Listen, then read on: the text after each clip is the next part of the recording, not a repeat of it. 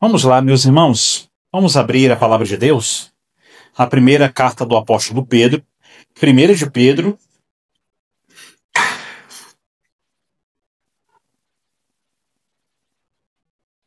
Primeira carta do apóstolo Pedro,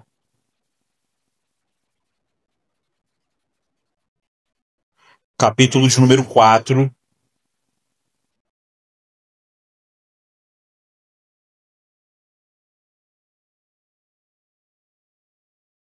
Qual é o versículo mesmo que nós vamos estudar? 15? Os irmãos estão afiados, hein? São espertinhos. Isso mesmo. Capítulo 15, e nós iremos fazer a leitura. Versículo 15 até o versículo 19. O capítulo é o 4.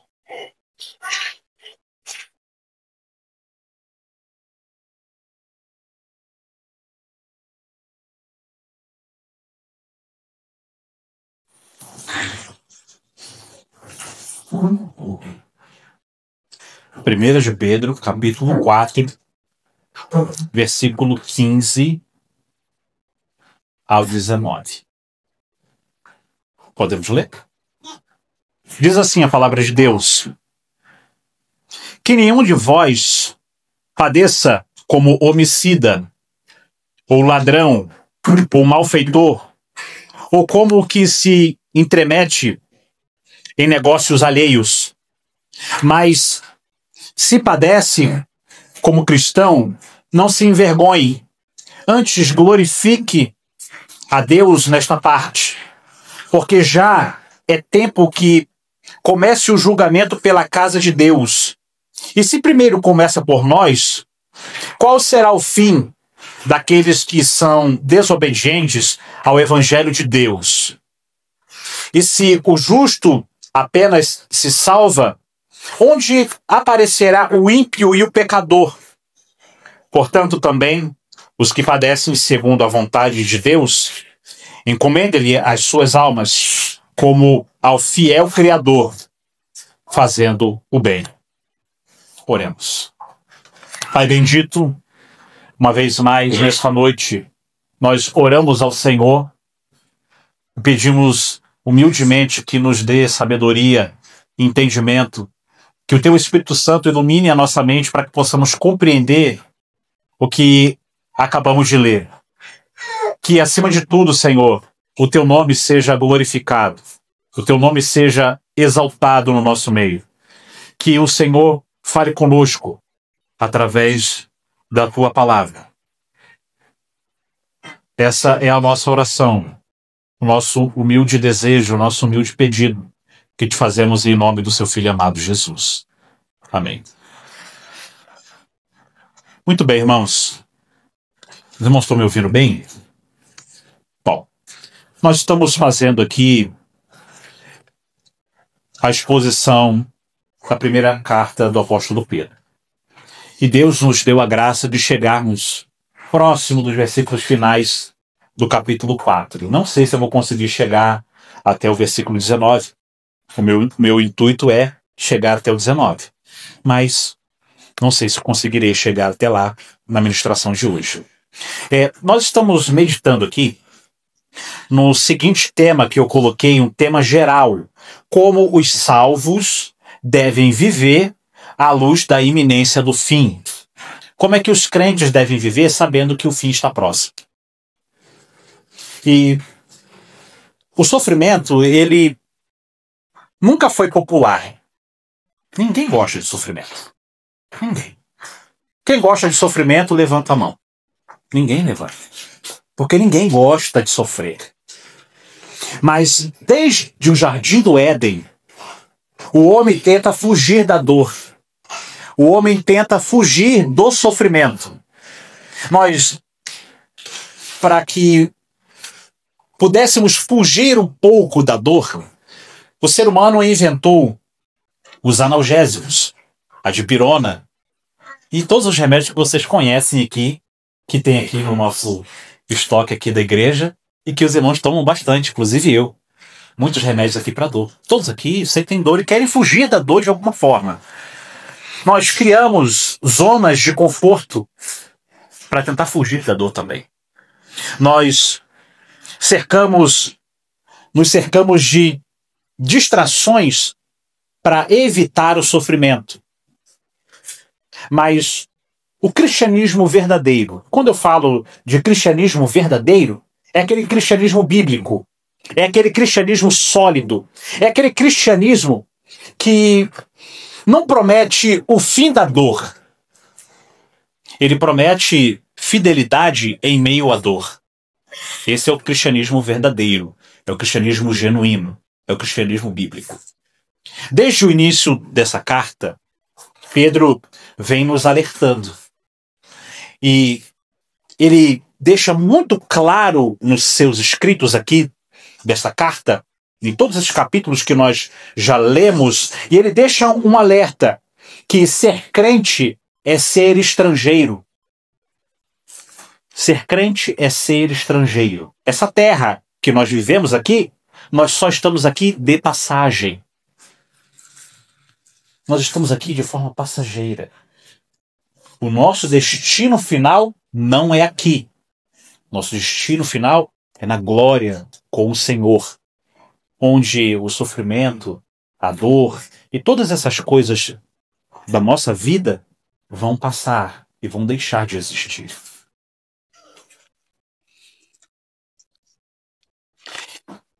É por isso que o sofrimento por Cristo, na vida do cristão, melhor dizendo, não é uma exceção. Na caminhada cristã, o sofrimento, você vai aprender isso conforme você for amadurecendo no seu cristianismo, no cristianismo bíblico. Conforme você for amadurecendo esse cristianismo que você vive, você vai perceber que o sofrimento faz parte da caminhada cristã. Todos nós devemos aprender a andar em meio ao sofrimento. Nesse início da nossa ministração, eu quero trazer à sua memória, ou talvez se você nunca ouviu essa história, no segundo século, depois de Cristo, existiu um pastor, um grande homem de Deus, da igreja de Esmirna, chamada Policarpo. Esse pastor, aos 81 anos de idade, ele foi levado diante das autoridades romanas. As autoridades romanas disseram para ele assim: negue a Cristo e viva. Negue a Cristo e viva. E Policarpo respondeu o seguinte, está registrado nos anais da história. Ele disse o seguinte: por 86 anos tenho servido a Cristo e ele nunca me fez mal algum. Como posso blasfemar contra o meu rei que me salvou? Então, depois dessa posição, desse posicionamento, desta frase que ele disse às autoridades romanas, ele foi amarrado e foi queimado vivo. E enquanto ele estava nas chamas, ele estava orando. Orando. Em meio ao sofrimento do seu corpo sendo queimado no fogo.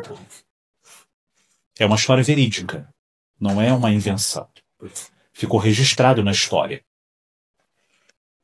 Ele orava em meio ao sofrimento. Eu trouxe essa história para você começar a meditar, para entender os termos que nós vamos tratar aqui nessa noite.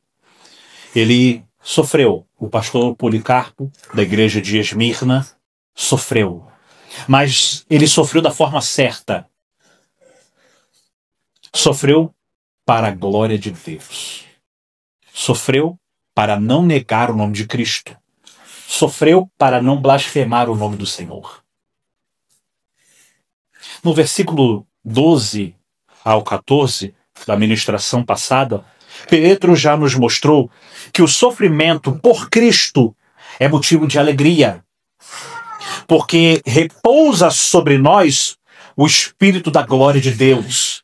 É isso que o apóstolo Pedro falou nos versículos 12 ao 14. E agora, nesses versículos que nós lemos, do versículo 15 ao versículo 19, Pedro nos mostra 3 coisas essenciais sobre o sofrimento cristão. Como não devemos sofrer, como devemos sofrer e em quem devemos confiar quando sofremos. É isso que os versículos 15 ao 19 nos ensinam. Esse, então, é o tema que eu vou trabalhar aqui, além do nosso tema geral. Sofrimento que glorifica a Deus. Sofrimento que glorifica a Deus. Que o Senhor nos ajude a discernir o tipo de sofrimento que honra a cruz de Cristo, como o pastor Policarpo fez. O sofrimento que ele passou, nas chamas queimando, é um sofrimento que glorifica a Cristo. E que, ao fugir de tudo aquilo que expõe a vergonha, pecado, que ao sofrermos, o nome de Cristo também seja glorificado através da nossa vida. O nosso ponto 1 é baseado no versículo 15. Volte seus olhos novamente para o versículo 15 de 1 de Pedro, capítulo 4. Vai dizer assim: que nenhum de vós padeça como homicida, ou ladrão, ou malfeitor, ou como que se intromete em negócios alheios. E o título que eu coloquei no ponto 1, eu coloquei o seguinte título: sofrimento por causa do pecado é desonra e não glória. Sofrimento por causa do pecado é desonra e não glória. Vamos entender. Pedro está fazendo aqui uma distinção crucial, que nem todo sofrimento agrada a Deus. Ele está falando nos versículos anteriores desta carta que o cristão deve aceitar o sofrimento, que ele deve entender o sofrimento como enviado por Deus e que alguma lição Deus vai nos ensinar através do sofrimento. Ele está dizendo tudo isso nos versículos anteriores, nos capítulos anteriores.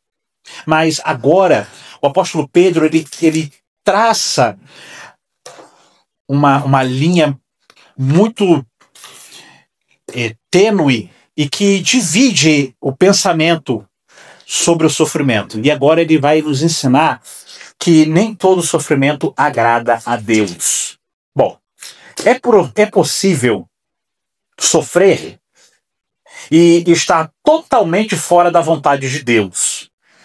Existe sofrimento que é de acordo com a vontade de Deus, como o exemplo que eu dei aqui. O pastor Policarpo, da igreja de Esmirna, sofreu, queimou numa fogueira, e esse sofrimento fazia parte da vontade de Deus. Fazia parte. Ele morreu. Mas o sofrimento ali foi para a glória de Deus. Mas existe sofrimento que está totalmente fora da vontade de Deus. E você precisa aprender a identificá-lo. E é isso que nós vamos aprender aqui nessa noite. O apóstolo cita 4 exemplos no versículo 15. Dos mais escandalosos aos mais sutis, para mostrar como é esse sofrimento que nós não devemos sofrer. Ele diz o seguinte, versículo 15: que nenhum de vós padeça como homicida ou ladrão. Ele começa dos mais difíceis, dos mais terríveis. São pecados esses aqui que ele está trazendo. Ele fala, esses 4 pontos que ele elenca aqui no versículo 15 são pecados. Homicídio, ladrão, ou malfeitor, ou aquele que se intromete em negócios alheios. São pecados esses que ele elenca no versículo 15. Ele começa então com homicida e ladrão. São pecados evidentes que quebram as leis morais e civis. Se alguém sofre por ser assassino, por ter assassinado alguém, ou rouba, isso é apenas justiça e não perseguição. E você precisa entender isso. A pessoa está lá atrás das grades, na cadeia. Ele está sofrendo ali pelo pecado que ele cometeu. Então, isso não é uma perseguição. Ele aqui está sofrendo na cadeia porque é um homicida ou porque é ladrão. Um outro pecado que ele elenca aqui, ele usa o termo malfeitor. É o termo que ele usa aqui, malfeitor. É um termo genérico, esse termo, para alguém que vive em rebelião contra Deus e causando dano à sociedade ou à igreja. Então, o malfeitor, ele pode causar danos à sociedade e à igreja. Pode haver malfeitores aqui também. É por isso que nós pregamos a palavra, para que a pessoa deixe de ser um malfeitor e seja um benfeitor. Ele, no versículo 15, a última parte do versículo 15, ele coloca: quem se intromete em negócios alheios. É mais um pecado aqui. E Pedro, então, nos confronta com algo muito sutil. Ele vai dos pecados mais pesados, como o homicídio, e chega nos pecados mais simples, como alguém que se intromete na vida alheia. Os fofoqueiros. É isso que ele está tratando aqui. Ele diz, mesmo aquele que se mete na vida dos outros, que vive como um fofoqueiro, um intrometido aqui na linguagem do apóstolo Pedro, esse tipo de comportamento também atrai sofrimento. Isso quer dizer o quê? Isso quer dizer que todo pecado, preste bem atenção, todo pecado atrai o sofrimento. O pecado atrai o sofrimento. De diversas formas. Os mais graves atrai sofrimento na prisão. Outros atraem sofrimento com, talvez, o desfazer da família, como um adultério. Pessoa que comete o adultério vai ter a retribuição desse pecado. Vai ter sofrimento. Talvez a família possa se desfazer. Se perder a família por causa de um pecado que foi cometido. Então, esse sofrimento que vem através do pecado não tem valor diante de Deus. Deus despreza esse tipo de sofrimento.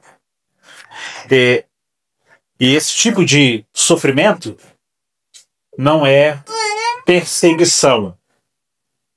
Entenda. Esse tipo de sofrimento, nesses pecados que eu falei, dos mais graves ao mais simples, não é um sofrimento por causa da perseguição. Se você está sofrendo porque é fofoqueiro, então isso é correção. Deus vai te corrigir.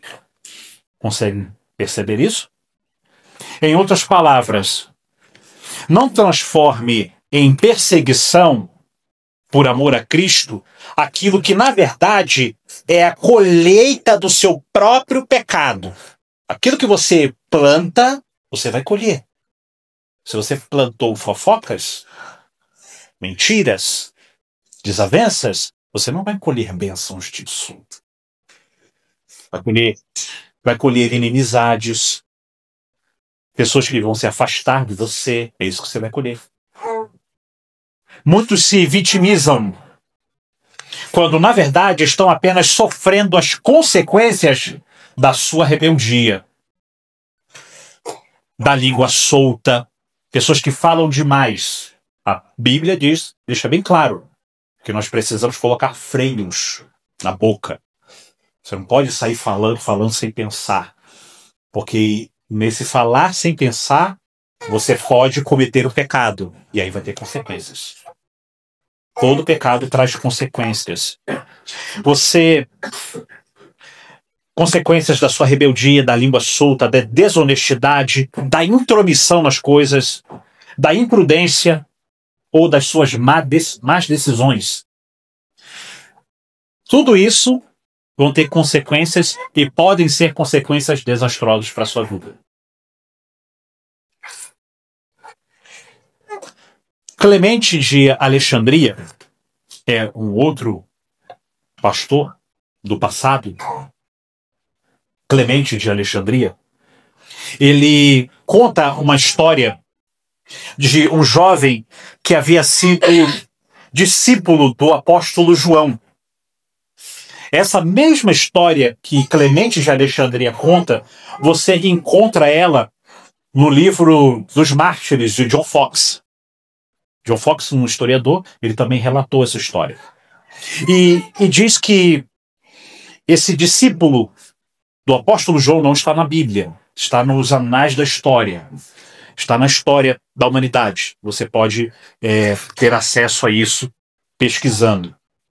Esse rapaz, depois que o apóstolo João viajou para evangelizar, para plantar outras igrejas, ele abandonou a fé. Era um dos discípulos do apóstolo João que o apóstolo João amava muito. E você lendo essa história no livro dos Mártires, do John Foxe, ela é muito impactante. Mas aqui, resumindo a história, ele abandonou a fé, se afastou da comunhão da igreja e se tornou, pasmem, se tornou o líder de um bando de ladrões. Um homem que aprendeu aos pés do grande apóstolo João. Se tornou um líder dos ladrões. Um homem que andou com um dos 12. Andou com um dos 12 apóstolos. Agora andava com assassinos e ladrões. E era o líder deles. Na igreja primitiva, havia pessoas que foram kleptai. É o termo grego que é utilizado na escritura para falar sobre ladrões. Kleptai é o termo grego. Daí que vem a nossa palavrinha em português, ou o termo em português, cleptomaníaco. A pessoa que tem mania de roubar. É chamado cleptomaníaco. Vem dessa raiz grega, kleptai, ladrões. E haviam muitos ex-kleptais na igreja, muitos ex-ladrões na igreja, e que, sem vigilância, corriam o risco de voltar a ser o que eram. É o que aconteceu com esse discípulo do apóstolo João. Voltou a ser ladrão e, pior, voltou a ser o líder de um bando de ladrões. É por isso que nós vemos em Efésios, o apóstolo Paulo escrevendo no capítulo 4, versículo 28, ele escreve o seguinte, Efésios capítulo 4, versículo 28. Aquele que furtava, preste atenção no que o apóstolo Paulo diz, aquele que furtava, não furte mais. Antes trabalhe fazendo com as mãos o que é bom, para que tenha o que repartir com o que tiver necessidade. Por que o apóstolo Paulo escreveria aos Efésios sobre isso, sobre um tema como esse? É porque havia pessoas que eram ladrões. Pessoas da mais baixa estirpe, que foram alcançados pela mensagem do Evangelho e deixaram de ser ladrões e passaram a fazer parte da igreja. Mas o apóstolo Paulo não negligencia esse ponto que o apóstolo Pedro também aqui não negligencia.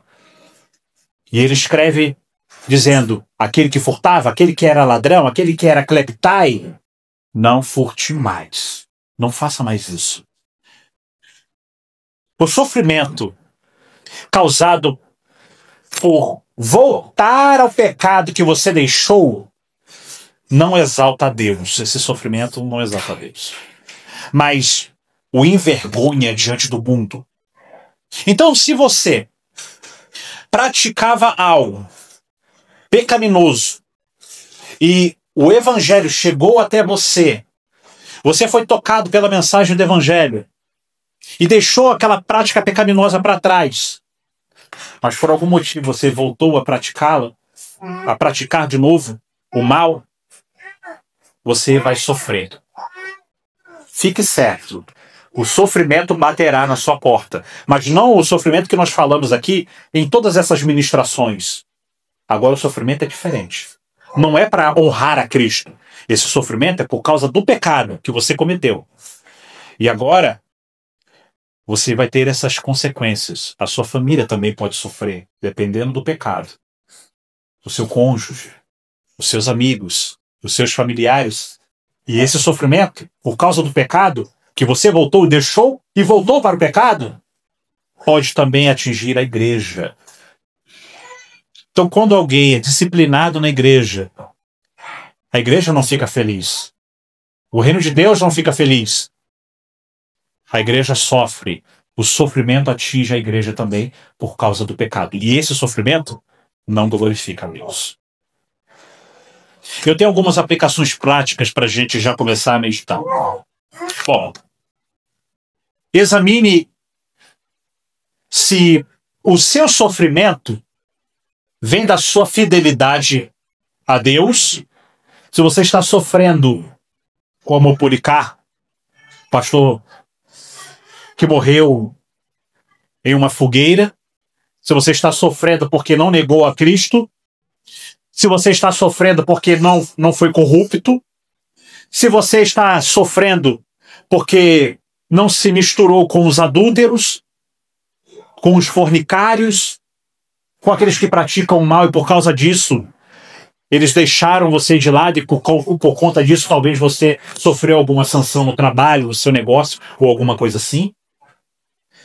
Você precisa examinar se o sofrimento que você está tendo é por causa da sua fidelidade a Cristo ou por causa da sua desobediência aos mandamentos de Deus. Não use a perseguição como desculpa para cobrir as consequências do seu pecado. Não faça isso. Se você está padecendo por ter sido desonesto, infiel ou violento, não se iluda. Não se iluda. Isso não é sofrimento cristão. Você está simplesmente colhendo aquilo que você plantou. A aplicação aqui é simples. Qual é? Muito simples. Arrependa-se. Arrependa-se. Enquanto há tempo.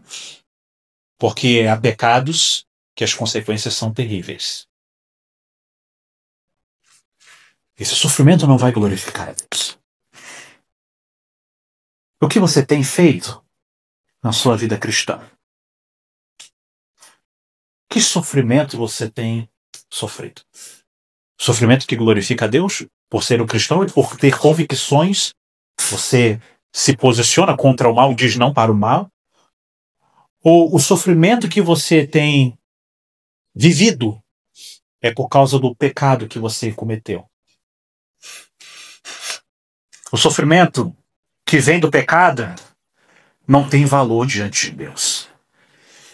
Ele não edifica, não glorifica e não santifica. Quando o cristão diz não para a corrupção e por causa da sua posição, essa posição dizendo não ao pecado pode ter uma retaliação, esse sofrimento vai glorificar o nome de Deus. Porque você disse não para o pecado. Mas o sofrimento que provém do pecado, ele não edifica você. Ele não edifica a sua família. Ele não edifica a igreja. Ele não glorifica a Deus. E ele não santifica você. Pelo contrário, ele afasta você de Deus. Ele envergonha o Evangelho. Ele desonra o nome de Cristo. E revela que há algo errado no seu coração. Que tipo de sofrimento você tem sofrido? Se você está colhendo dores por causa dos seus próprios pecados, não chame isso de cruz. Eu estou levando a cruz. Não confunda as coisas. Isso não é cruz. Não chame isso de cruz. Chame isso de correção. Chame isso de correção. Se você está sofrendo por causa do pecado, então Deus está te corrigindo. Esse sofrimento foi enviado por Deus para corrigir você.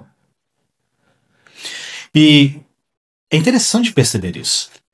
Se há correção, se você é um crente, preste bem atenção aqui. Se você é um cristão, você diz que adora a Deus, que ama a Deus, que é filho de Deus, e por causa do pecado Deus está corrigindo você, então isso quer dizer que ainda há graça de Deus. Porque Deus poderia te matar. Ele não te matou. Ele trouxe uma correção, um sofrimento. Ele trouxe um sofrimento para alertar você. Então isso demonstra também a graça de Deus. Quando o Pai nos corrige, Ele quer que nos arrependamos.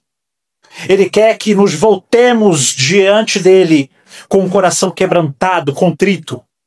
E que deixemos o pecado. Sofrer por Cristo é glória.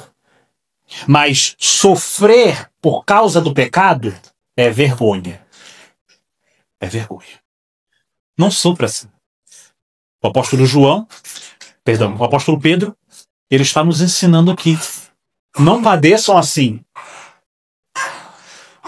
Não padeçam assim. Que nenhum de vós padeça como homicida, ou ladrão, ou malfeitor, ou como que se intromete em negócios alheios. Não padeça assim. Não sofra assim. Sofra para a glória de Deus, tendo convicções verdadeiras, legítimas, honrando a Deus, não o desonrando. Essas são as primeiras lições que nós encontramos aqui. Dá tempo ainda? 7h30? Vamos dar tempo. Vamos para o ponto 2? Vamos para o ponto 2, baseado no versículo 16, 17 e 18. Vamos lá. Mas, volte seus olhos para o versículo 16. Mas, se padece como cristão, não se envergonhe. Se você padece como um crente, não se envergonhe. Antes, glorifica a Deus nessa parte. Porque já é tempo que comece o julgamento pela casa de Deus.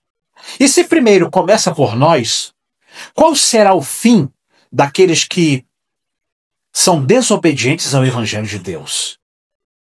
E se o justo apenas se salva, onde aparecerá o ímpio e o pecador?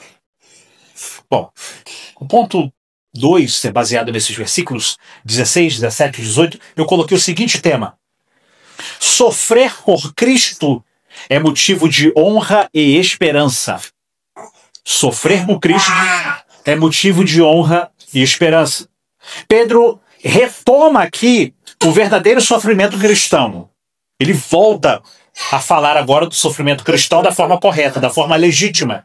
Aquele que vem por causa do nome de Cristo. Ele volta à baila ao sofrimento legítimo. Aquele que glorifica o nome de Deus. Ele diz que, com todas as letras, ele diz aqui, não se envergonhe. Se você está sofrendo por causa de Cristo, não se envergonhe. Em vez disso, glorifica a Deus. Glorifica a Deus pelo sofrimento, se você está sofrendo da forma correta. Isso é, glorifique a Deus através das suas atitudes como cristão verdadeiro. Isso é surpreendente, porque aos olhos do mundo, ser perseguido é vergonhoso. Mas aos olhos de Deus, é um selo de autenticidade. Se você está sofrendo porque você defende as suas convicções cristãs, isso é uma honra. É um distintivo do cristão. É uma honra reservada àqueles que foram achados dignos de padecer por Cristo, sofrer por Cristo. Alguns vão padecer uma morte, como Policarpo sofreu por não negar a Cristo. Pedro sabia o que era sentir vergonha. Ele sabia. Por isso ele escreve que não se envergonhem Porque o próprio autor dessa carta sentiu vergonha porque ele negou a Cristo. Ele próprio chorou amargamente após negar o Senhor Jesus no pátio do sumo sacerdote.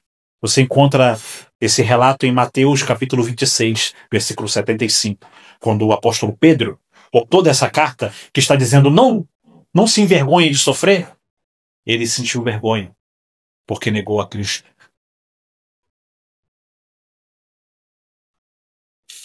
Ele foi dominado pelo medo da morte. Envergonhou-se de ser identificado como um dos discípulos de Cristo. Mas aquele fracasso do apóstolo Pedro tornou-se uma lição. Ele aprendeu. Depois da restauração pelo próprio Senhor Jesus, Pedro nunca mais foi o mesmo. Ele nunca mais foi o mesmo. Ele foi um outro homem depois que Cristo o restaurou. Agora, com autoridade, ele fala no versículo 16. Não como o Pedro que puxou a espada e cortou orelhas mal. Agora como Pedro regenerado, transformado. Ele, com autoridade de quem caiu, que negou a Cristo no passado e que agora foi levantado pelo próprio Cristo. Ele exorta os cristãos a não se envergonharem. Não se envergonhem. Ele aprendeu que é melhor ser envergonhado pelo mundo do que envergonhar o evangelho com covardia. O mesmo Pedro que negou a Cristo, agora está pronto para morrer por Cristo. E escreve a sua carta como quem está na fornalha. Numa fornalha ardente. Incentivando os outros que estão com ele a permanecerem firmes, mesmo sob perseguição. O versículo 17, porque já é tempo que comece o julgamento pela casa de Deus, e se primeiro começa por nós, qual será o fim daqueles que são desobedientes ao Evangelho de Deus? No versículo 17, Pedro nos dá um argumento ainda mais sério. E fala, não se envergonhe de sofrer por Cristo. E ele traz agora um peso. Ele diz, a hora é chegada do julgamento. Pedro está ensinando que o sofrimento dos crentes faz parte do plano de Deus. Não é um acidente, não é um castigo cego, é o início do juízo. O sofrimento dos crentes é o início do juízo. É isso que ele diz aqui no versículo de número 17. Mas esse juízo é um juízo purificador, que começa pela casa de Deus. E isso é a igreja. Casa de Deus aqui é a igreja. O povo salvo. A ideia de juízo aqui na mente do apóstolo Pedro não é a condenação. Não é o inferno aqui o juízo para o apóstolo Pedro. O juízo aqui é provação refinadora. Esse é o juízo que ele fala aqui. Como já vimos no capítulo 1, versículo 6 ao 7. Assim como o ouro é purificado pelo fogo, os cristãos são lapidados pela dor, santificados na fornalha da aflição. Deus usa o sofrimento, não aquele que eu acabei de falar, por causa do pecado, não. Deus usa o sofrimento que você está passando porque você foi fiel a Deus. Deus usa esse sofrimento para nos moldar. Ele usa também esse sofrimento para nos corrigir. Ele usa esse sofrimento para nos alinhar com a imagem de Cristo. Este é o juízo que começa pela casa de Deus. Pedro faz uma comparação solene aqui no versículo 17. Se o povo de Deus que serve a Deus sofre, ele sofre para ser purificado, o que será daqueles que rejeitam o Evangelho? Se os crentes sofrem para serem purificados, o que será daqueles que rejeitam, que não aceitam, que não querem, que são desobedientes ao Evangelho? Se a disciplina de Deus sobre os seus filhos é tão intensa, se você ainda não percebeu, comece a abrir os olhos. Porque a disciplina de Deus é intensa sobre nós, em diversas formas na nossa vida. Se você ainda não percebeu, precisa acordar. Talvez ele esteja te disciplinando já faz tempo. E você ainda não percebeu. Porque a disciplina de Deus, ela é intensa sobre os crentes. Quanto mais severa será a ira de Deus sobre os rebeldes no último dia. E aí aqui o último dia é o juízo final. Isso nos consola, essas palavras do apóstolo Pedro, e nos adverte ao mesmo tempo. Então você precisa examinar-se. Examine-se. Você sofre como cristão fiel ou há pecado não confessado? Há pecados ocultos que você não confessou, que Deus está tratando em disciplina. O sofrimento nos convida à introspecção, a olharmos para nós mesmos. O sofrimento nos convida ao arrependimento. O sofrimento também nos convida a depender de Deus. O versículo 18, que é o último versículo que eu vou ler, eu acho que o versículo 19 não dá. Talvez, vamos lá. Versículo 18. E se o justo apenas se salva, onde aparecerá o ímpio e o pecador? O apóstolo Pedro, em outras palavras, quer dizer o seguinte: se para nós, que somos salvos, o sofrimento já é intenso neste mundo, imagine então o que aguarda os ímpios. Para eles, atravessar a fronteira da morte será infinitamente mais difícil, pois não encontrarão a graça de Deus depois da morte. Depois da morte, para aqueles que rejeitaram o Evangelho, não existe graça. Mas a justa e ardente ira de Deus. É isso que eles vão encontrar. Por isso o apóstolo Pedro fala: se o justo apenas se salva, onde aparecerá o ímpio e o pecador? Nosso sofrimento são momentâneos e tem um propósito refinador. O sofrimento dos ímpios são eternos, depois da morte. Aqui eu já estou falando depois da morte. Se ele não se arrependeu, se ele não deixou o pecado e morreu em pecado, o sofrimento dele, a consequência do pecado, não vai ser somente cadeia. Não vai ser somente o rompimento da família. Não vai ser só isso. Será também o tormento eterno, sem o consolo e sem a esperança e sem fim. Tormento eterno. E eu tenho aplicações e a gente vai ter. Bom, a aplicação aqui ainda dentro do tema. Examine o seu sofrimento. É por amor a Cristo ou por amor ao mundo? Nem todo sofrimento é sinal de fidelidade, como nós já aprendemos aqui.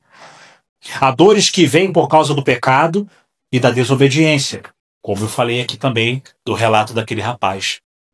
Mas quando você sofre por manter-se fiel à palavra, por não se dobrar à imoralidade, por não se dobrar ao adultério, ao roubo, à prostituição, ou por recusar mentir no trabalho, então você está participando das aflições de Cristo. E isso é honra e não vergonha. Rejeite, a segunda aplicação aqui, rejeite o evangelho falso, que promete vida fácil e bênção em cruz. Rejeite esse evangelho. O verdadeiro evangelho nos chama a negar a nós mesmos, a tomar a cruz e a seguir a Cristo. Se você nunca sofreu por causa da sua fé, talvez não esteja vivendo a fé com ousadia. A comunhão com Cristo não é apenas no poder da ressurreição dos mortos, mas também na participação dos seus sofrimentos. Aprenda a alegrar-se no sofrimento. Não porque ele é bom em si mesmo, mas porque Cristo está com você no sofrimento. Você não está sozinho no vale. Quando a vergonha pública, o abandono dos amigos ou a perseguição aparecem, lembre-se, é justamente aí que a presença de Cristo se torna mais doce, se torna mais palpável, mais real. Ele se revela com glória àqueles que sofrem com ele, aqueles que são fiéis, mesmo diante das adversidades. E aí a gente vai para a conclusão e eu me encerro.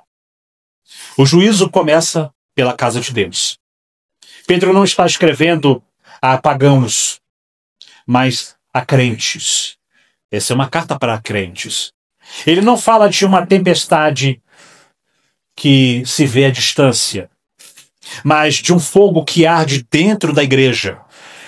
E esse fogo não é o inferno. É o forno da purificação através das aflições. É o fogo da santificação.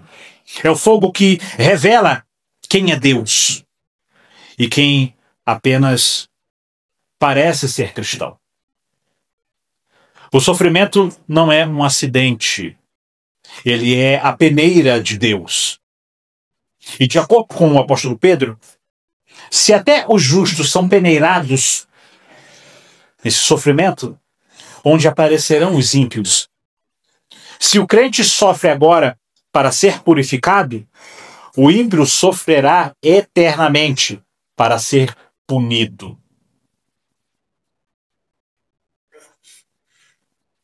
Não sofra assim. Sofra com a glória de Deus. Não sofra recebendo a punição de Deus. São as lições muito simples e práticas que nós vemos aqui nesses versículos. Na semana que vem, eu inicio o versículo 19 e aí a gente também talvez entre no capítulo 5. Vamos orar ao Senhor, agradecer a Deus por tudo que aprendemos. Pai bendito, te damos graças, Senhor, pela tua palavra.